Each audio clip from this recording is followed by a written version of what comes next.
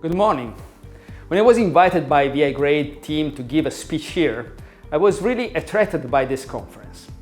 For a while, I did not realize why. Then, focusing a little bit more on the basis for the event, I immediately felt energized by the title, Zero Prototypes. And this title is the actual challenge for all the automotive companies. A strong enabler to reduce costs of the development and to shorten the time to market. And especially in our company, this is one of the primary obligations assigned to the engineering department by our management team. The ability to meet this challenge is enabled by the power we are reaching today with all the virtual tools available. The immersive reality, the artificial intelligence, as well as physical emulators that are increasingly faithful to reality. My name is Giovanni Boreanaz, and I'm the head of functional sciences in the ex-FCA side of the new automotive group Stellantis. As global head of functional sciences, I'm responsible for the performances for all the regions of all the ex-FCA products, including noise and vibrations, safety, aerodynamics, aerothermal, HVAC, HMI, ergonomics, perceived quality and ADAS integration, and also vehicle dynamics. I have to say that none of those disciplines ties results so closely to the early stage of the product development as does vehicle dynamics. That's why this discipline is the initial focus of our studies on the alternatives to physical prototypes. As you can see in the chart, in these preliminary phases, we build physical prototypes that are the most expensive objects of all the development cycle. They are expensive because every part is new and needs a specific tool to be manufactured. And every tool, very expensive by itself, is suitable for a small number of parts. Time and costs are the main drivers that affect this phase, which represent the most important moment to make the crucial decisions for the dynamics of a new vehicle. And this is critical for sporty cars that require extreme dynamic performances and suffer from high investment costs much more than other type of vehicles due to the typical low production volumes. But it is also crucial for architectures with high numbers of variants like pickup trucks. And as you can see in the picture, when we enter in the process verification phase, what we call VP phase, the mechanical base of our vehicle development is almost done. For vehicle dynamics purposes, this phase constitutes the main challenge in every new development.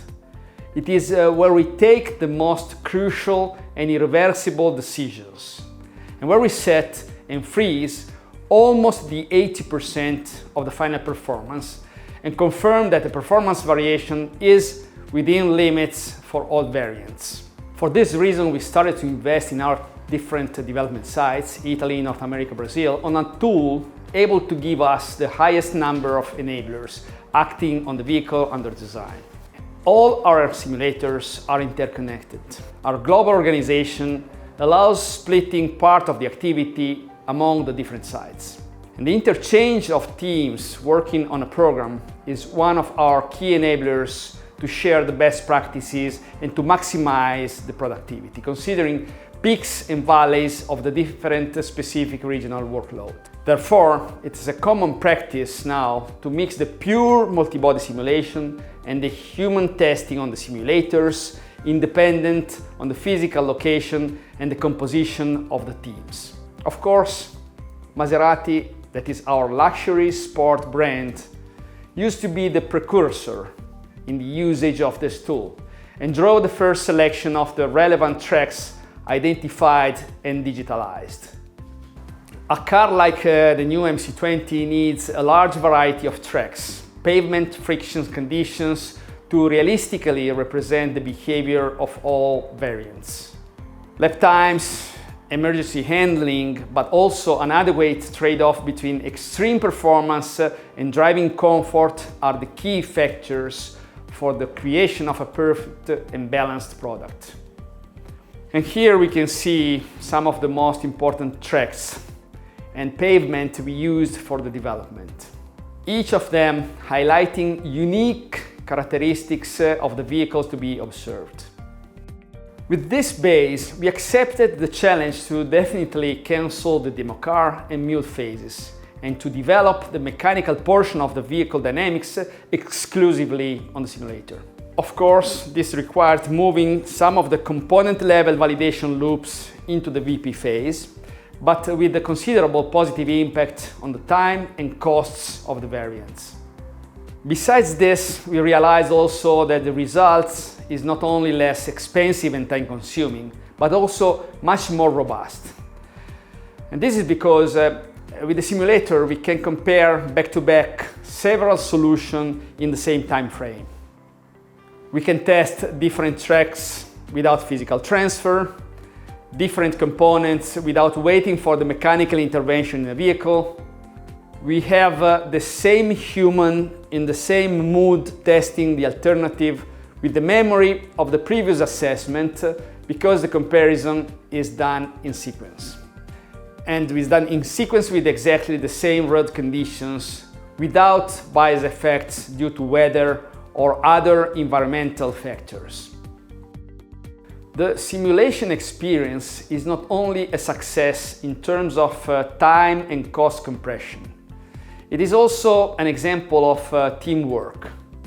Around the simulator and the driving sessions, we collected all the internal functions contributing to the realistic performance of the virtual car. The preparation of the subsystem models is the main pillar on which we build the driving sessions. It's able to provide the driver with the real dynamics and the actual sensitivity to the variants.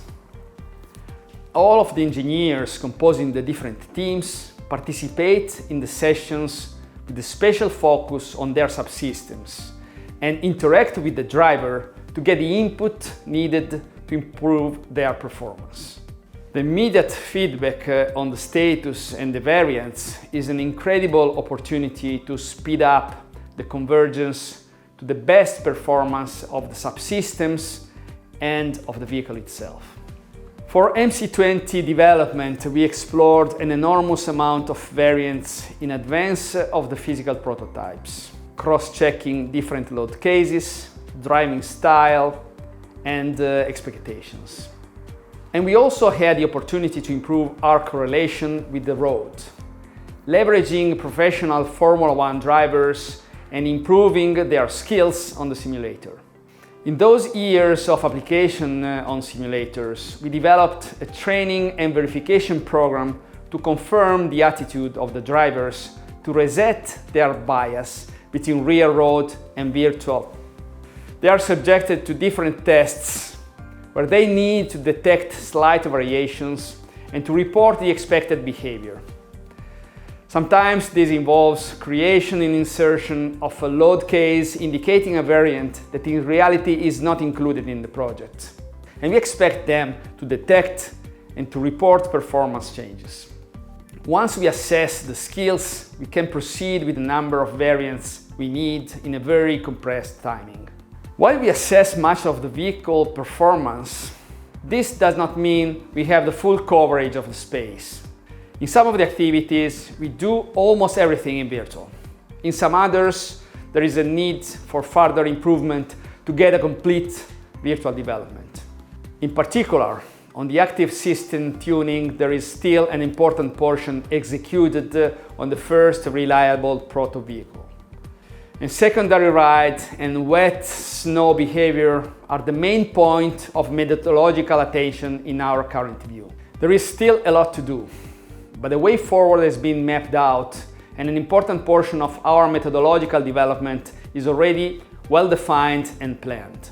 As an example of the V process we use for component development, let me treat the case of the tires. This is of course valid for all the components we design and implement in the simulator, but the tire is a primary enabler in the significant reduction of physical builds we had with this new approach. On the left side of the chart we have the target deployment from the expectation at vehicle level down to the component. It tracks the modeling phases and the corresponding implementation in the virtual car. and all the tunings made with the drivers until we identify the best options to be prototyped. Then we start on the right side of the V with the physical development. Of course, every physical build we re-enter in the modeling process to improve the correlation, both for further variants on the model itself and for the general robustness of the simulations to be used on future applications. This is today. Now let me move in my final portion of the speech to our view of the next evolutions. First, the current use of the simulator is performed through external modeling, what we call offline concurrent. We have the models of the components implemented in the simulator, and we run the tests through this correlation table in order to get the reliable reaction of the system to the driving input. The next frontier we are exploring is the possibility to create a connection between the simulator and the physical benches in a sort of new generation hardware in the loop, where the system acquires the driving inputs, applies them to the bench, and returns the actual physical output again to the simulator. Second next step, to replace the concept of driver in the loop with the idea of the engineer in the loop. Through the evolution of our expert engineers to become almost Formula One drivers, able to drive the vehicle in the extreme conditions and to identify the solutions while driving directly in the simulator. The convergence in a single person of the two separate skills we have today, the engineer and the driver, can lead to an even faster convergence on the final achievements. And third next step is the extension of the simulator to the other disciplines connected to the vehicle dynamics: HMI, ADAS, sound quality, exterior lighting. With the aim, on one side, of an integrated development in the first phases of the program, and on the other side, the reduction of the long mileage of validation loops in the final release of the vehicle. Our global and interconnected world is providing opportunities never explored in the past.